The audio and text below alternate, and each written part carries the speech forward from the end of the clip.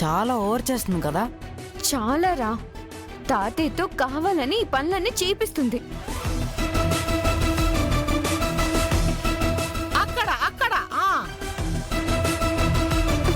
ఇంకా లాభం లేదు. ఇప్పుడే వెళ్ళి మేడంని ఇరగదీస్తాను. ఆగండి. ఇలాంటి వాళ్ళకి మాటలతో చెప్తే అర్థం కాదు. మరెలా చెప్పాలి? చెప్తా.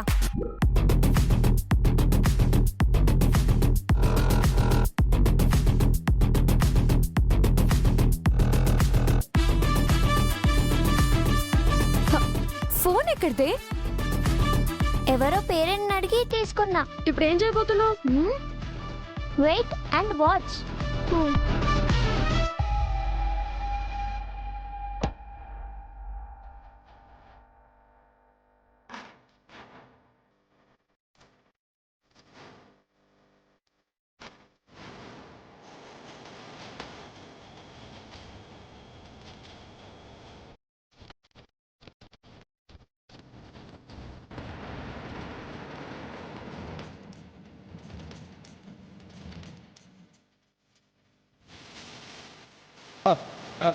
అయిపోయిందమ్మా. రోజు పొద్దున సాయంత్రం ఇలాగే క్లీన్ గా తుడవాలి.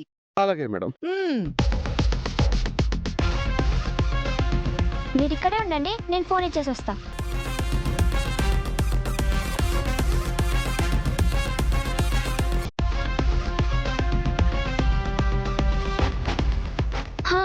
ఇప్పుడు రండి. పద పద.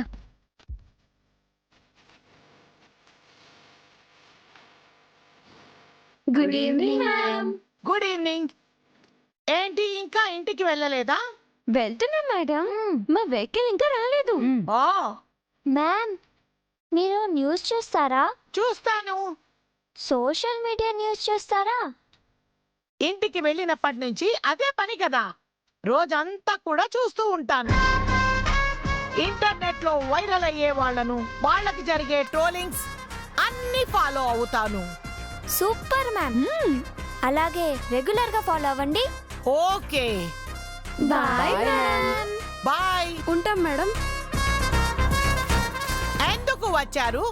ఎందుకు అడిగారు? ఎందుకు వెళ్ళిపోయారు? Silly fellows.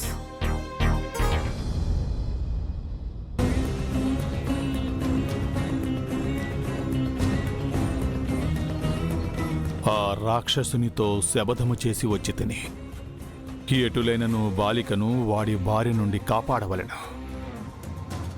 ఆ ఘోర పూజ కూడా మొదలుపెట్టినాడు. అనినా ఆ ఘోరాన్ని ఆపుటకు ఎక్కువ సమయం లేదు. కానీ ఇంట్లో వాళ్ళకు గాని ఆ బాలికకు గాని అమ్మవారి దీక్ష చేపట్టవలనని ఎటులు చెప్పవలెను. వారికి నేరుగా చెప్పినచో వారడుగు ప్రశ్నలకు నా వద్ద సమాధానములు లేవు. వారికి అనుమానము రాకుండా వారి కర్తవ్యమును వారికి చెప్పుట ఎటులా?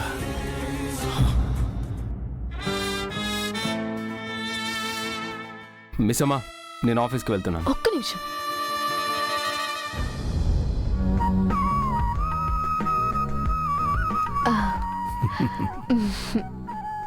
ఎన్నిసార్లు చెప్పాను వెళ్తున్నాను కాదు వెళ్ళొస్తాను అని చెప్పమని?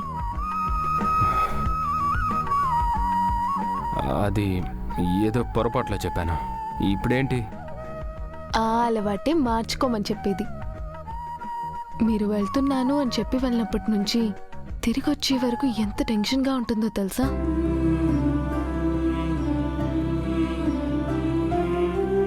సరే, ఇక నుంచి అలా అనంలే. ఇప్పుడు అన్నారు కదా, కూర్చోండి. కూర్చోండి.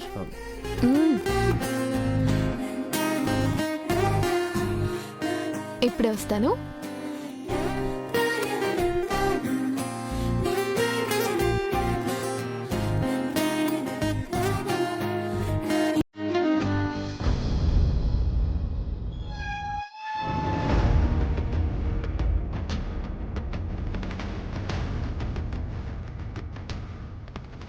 ఇతగాడు వచ్చుచున్నాడేమి?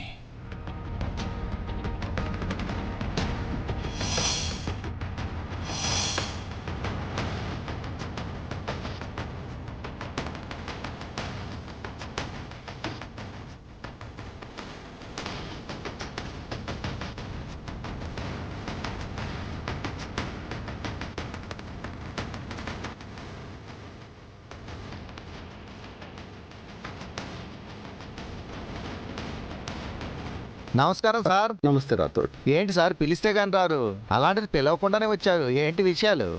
నిన్నటి నుంచి మనసులో ఒకటే అలజడి రాథోడ్. ఏదో జరిగిపోయింది, నా కూతురికి ఏదో అపాయం వచ్చింది అని అనిపిస్తుంది. అమ్మాయితో ఫోన్లో మాట్లాడాను కానీ ఎందుకనో ఆ భయం పోలేదు. ఒక్కసారి కళ్ళారా చూస్తేనైనా ఆ భయం పోతుందేమోనని ఉన్న పళంగా వచ్చేసాను. ఏంటి సార్ మీరు, మా సార్ ఉండగా మీ కూతురికి ఏమైనా అవ్వనిస్తారా? ఒకవేళ ప్రమాదం వచ్చినా తన ప్రాణాన్ని అడ్డవేసి మరీ కాపాడతారు. తెలుసు రాథోడ్, నా కూతురు ఎక్కడైనా సురక్షితంగా ఉంటుంది అంటే అది ఒక్క బాబుగారి దగ్గరే రాథోడ్. కానీ ఈసారి ఎంత నచ్చ చెప్పుకున్నా మనసులో ఉన్న భయం తగ్గడం లేదు. ఓహో, అయితే లోపలికొచ్చి మీ కూతురుతో మాట్లాడి బాగోగులు కనుక్కుందరు. పదండి పదండి సార్. హాహా. ఏమి ఈ పేగుబంధము? పుట్టినప్పుడు కూతురు ముఖమైనను చూడని ఆ తండ్రి ఇప్పుడు ఆ కూతురు లోకమును విడిచి వెళ్ళిన తరువాత తను ప్రమాదములో ఉన్నందుకు ఆ తండ్రి మనసు ఎంత విలవిలలాడుచున్నది. జగన్నాథ, నీ లీలా వినోదము ఎంత గొప్పదయ్యా! ఈ మానవులను అనుబంధాల సుడుగుండాలలో ఇరికించి నీవు వింత వీక్షించుచుంటివా? లోపలికి వెళ్ళినను తన కూతురుని చూసినను బాధ తీరని ఆ తండ్రికి కారణం ఎటుల తెలియను. తనకు కలిగినది అస్వస్థత కాదు, అది కన్న ప్రేమబంధమని ఎటుల తెలియను. ఆ బాధ తొలగవలెనన్నా, బంధమును కాపాడుకొనవలెనన్నా వారు అమ్మవారి దీక్ష చేపట్టవలెనని ఎటులు చెప్పవలే. ప్రభు, సమస్యలోనే సమాధానము ఉన్నదని చెప్పితిరి కదా. నాకీ సమస్యకు సమాధానము దొరుకుటలేదు. వారికి సమస్య తెలియకపోయినను పర్వాలేదు, సమాధానము తెలిపే మార్గము చూపింపుము ప్రభు.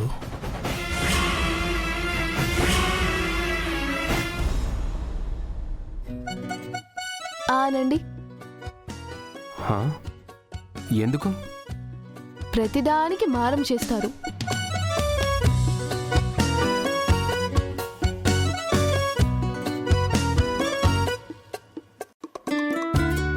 ఇలా చెప్పినప్పుడు నోరు తీపి చేసుకొని వాటర్ తాగి వెళ్తే ఏం కాదని మా నాన్న చెప్పేవారు. తాగండి.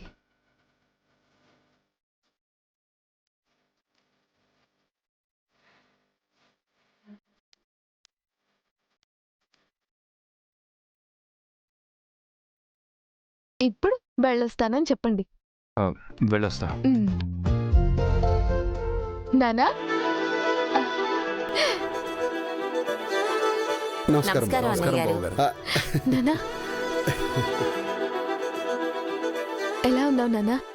నేను బాగున్నాను తల్లి, నువ్వెలా ఉన్నావమ్మా? నేను చాలా బాగున్నాను నానా. ఏంటి బావగారు, అంజు బర్త్డేకి వస్తానని మీరు రాలేదు కాబట్టి మేమెవరం మీతో మాట్లాడం. మీరు వస్తారని పిల్లలు చాలా ఎదురు చూశారన్నయ్య గారు. మిస్సమ్మ మీరు రావడం లేదని చెప్పగానే పాపం వాళ్ళు చాలా బాధపడ్డారు. అంటే ఊరు నుంచి తెలిసిన వాళ్ళు వచ్చారమ్మా, వాళ్ళని వదిలి రాలేకపోయాను. బాబుగారు, రాలేకపోయినందుకు క్షమించండి. అయ్యో పర్లేదండి, మీకు ఎంతో ముఖ్యమైన పనుంటే తప్ప రాకుండా ఉండరని నాకు తెలుసు. సార్, మీ కూతుర్ని చూసుకున్నారుగా, ఇప్పటికైనా మీ మనసులో బాధ తగ్గిందా?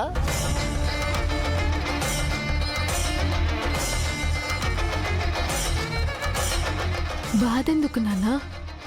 ఏమీ లేదు మిస్సమ్మ, నిన్నటి నుంచి నీకేదో అయిపోయిందని ఒకటే బెంగగా ఉందంట. అందుకే కళ్ళారా చూసి మాట్లాడడానికి వచ్చారు, అంతేగా సార్? అవునమ్మా. ఏమైంది బావగారు, ఎందుకలా అనిపించింది?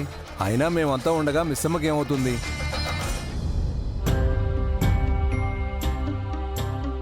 కారణం తెలియదు కానీ నిన్నటి నుంచి మనసంతా ఒకటే ఆందోళనగా ఉంది.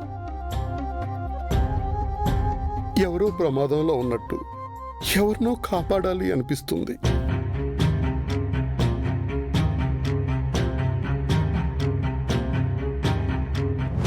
నా ప్రాణం నా కూతురే కదమ్మా, అందుకే చూడాలనిపించి వచ్చాను. నాకేం కాలేదు నాన్న. కాదు కూడా. నువ్వు ఏదేదో ఆలోచించి టెన్షన్ పెట్టుకోకు. కళ్ళ ముందే పెద్ద కూతురిని పోగొట్టుకున్న దౌర్భాగ్యుని కదమ్మా. అందుకే నీ విషయంలో కొంచెం జాగ్రత్తగా ఉంటున్నాను. మీ పెద్ద కూతురి విషయంలో మీ తప్పేం లేదండి. ఇకనైనా మిమ్మల్ని మీరు నిందించుకోవడం ఆపేయండి.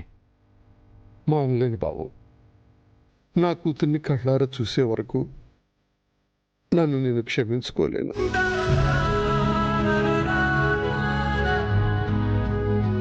బాధపడకండి అన్నయ్య గారు. మీ కూతుర్ని మీరు కలుసుకునే రోజు అతి దగ్గరలోనే ఉంది.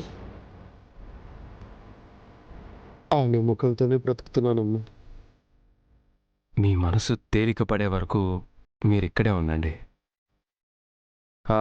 నాకు టైం అవుతుంది, నేను వెళ్ళొస్తాను. అలాగే బాబు.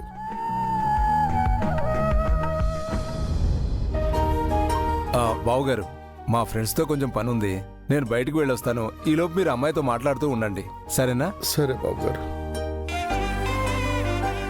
నాన్న కూర్చోండి. మిస్ అమ్మ, నాన్నగారితో మాట్లాడుతుండు, నే కాఫీ తీసుకొస్తాను. అయ్యో మీరెందుకులే అత్తయ్య, నేను తీసుకొస్తాను. పర్వాలేదమ్మా, నువ్వు మాట్లాడుతూ ఉండు, నే కాఫీ తీసుకొస్తాను. అమ్మా, నాన్న కూర్చోండి.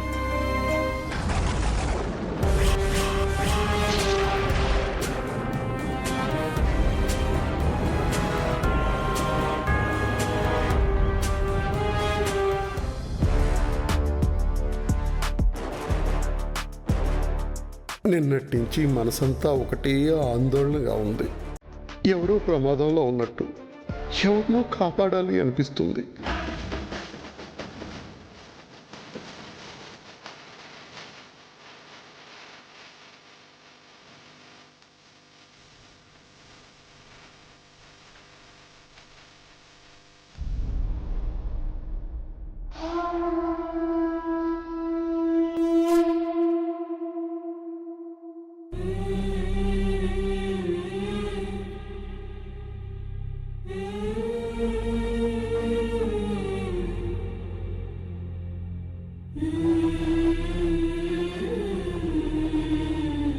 ఎందుకు నాన్న అలా ఉన్నారు?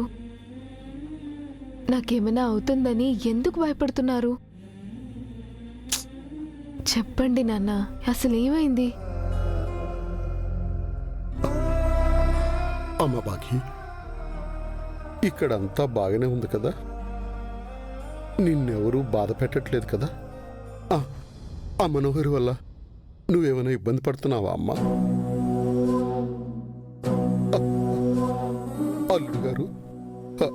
అల్లుడు గారు నీ మీద ఏదైనా కోపడుతున్నారా అమ్మా? అంటే నాన్న, నాకేం కాలేదు. నేను చాలా బాగున్నా. ఆయన నన్ను చాలా బాగా చూసుకుంటున్నారు. ఇంకా మనోహరి అంటారా? తన గురించి మీరు అస్సలు భయపడకండి. తన తిక్క ఎలా కుదర్చాలో నాకు బాగా తెలుసు నాన్న. నిన్నటి నుంచి నా మనసు ఎందుకో ఒకటే కీడు శంకిస్తుందమ్మా.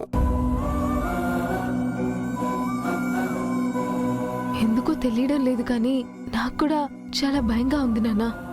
ఎవరికో ఏదో అయినట్టు నిస్సహాయంగా ఉన్నట్టు అనిపిస్తుంది.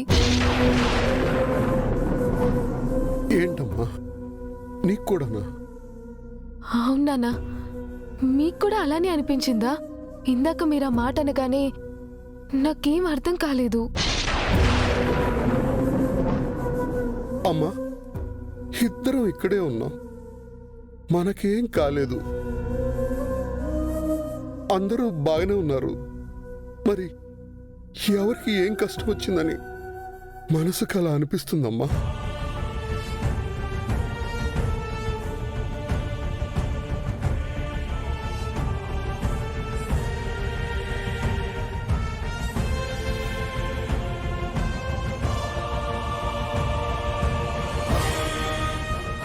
నానా అక్క ఏదైనా ప్రమాదంలో ఉందేమో.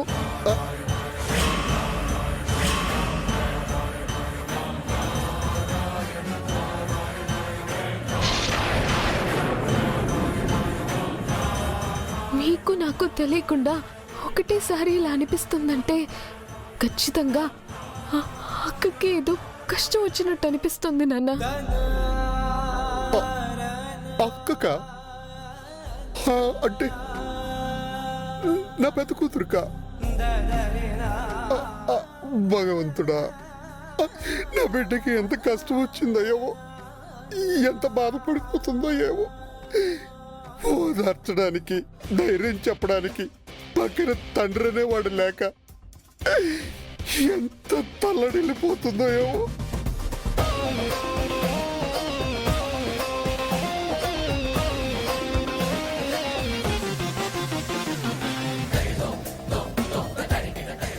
అమ్మా, ఇప్పుడు ఎలా అమ్మా?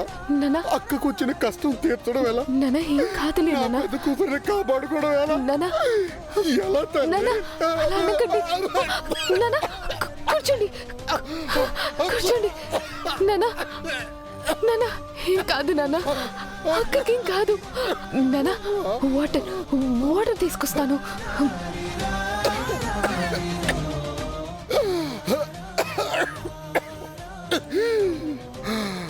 నానా నానా వాటర్ తాగండి.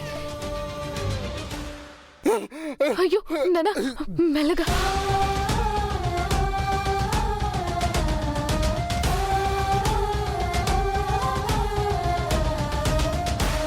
జగన్నాథ, ఏమిటయ్యా నీ లీల? ఎచట ఉన్నదో, ఏ రూపమున ఉన్నదో, ఏ పేరుతో పిలువబడుతుందో కూడా తెలియని కూతురికి కష్టము రాగానే కన్న తండ్రికి, తోడబుట్టిన సోదరికి ఎటుల తెలిసినది? రక్త సంబంధమునకు ఇంత బలమున్నదా? నేను బాలికను కాపాడుటకు కష్టములు పడవలనని అనుకున్నాను కాని వీరిరువురిని చూచుచుంటే వీరిని దాటి ఆ బాలికను ఏ శక్తి తాకను కూడా తాకలేదని అర్థమగుచున్నది. ఏంటి నాన్న, అక్కకేదో అయిపోతుందని నువ్వు ఆరోగ్యం పాడు చేసుకుంటావా? కళ్ళ ముందే కన్న కూతుర్ని దూరం చేసుకున్న కసాయి వాడినమ్మా. నాకు బ్రతికే అర్హత లేదు. నానా ఏంటి నాన్న ఆ మాటలు? మీరే ఇలా అంటే మరి నా సంగతి ఏంటి నాన్న? నాకు మీరు తప్ప ఇంకెవరున్నారు చెప్పండి? అక్కెక్కడుందో తెలీదు, ఏ ప్రమాదంలో ఉందో తెలీదు.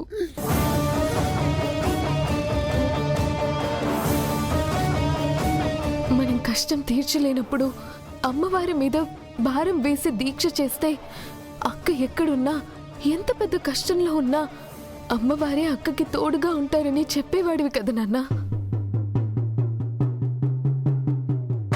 అందుకే ఎప్పట్లానే ఇప్పుడు కూడా కష్టం వచ్చిందని కృంగిపోకుండా అమ్మవారి దీక్ష చేసి అక్కకి ఏం కాదని నమ్ముదాం నాన్న.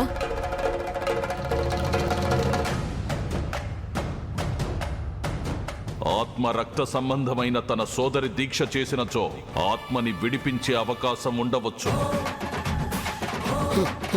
తల్లి, చాలా బాగా చెప్పావమ్మా. రేపు ఉదయాన్నే మనం అమ్మవారి దీక్ష మొదలుపెట్టి ఎల్లుండి కావిడెత్తుదామమ్మా. సరే నాన్న, సరే అలాగే చేద్దాం. నాన్న మీకేమైందో, ఎందుకు ఇలా ఉన్నారో అని అత్తే వాళ్ళు భయపడుతూ ఉంటారు. పదండి నాన్న, లోపలికి వెళ్దాం. పదండి, జాగ్రత్త నాన్న.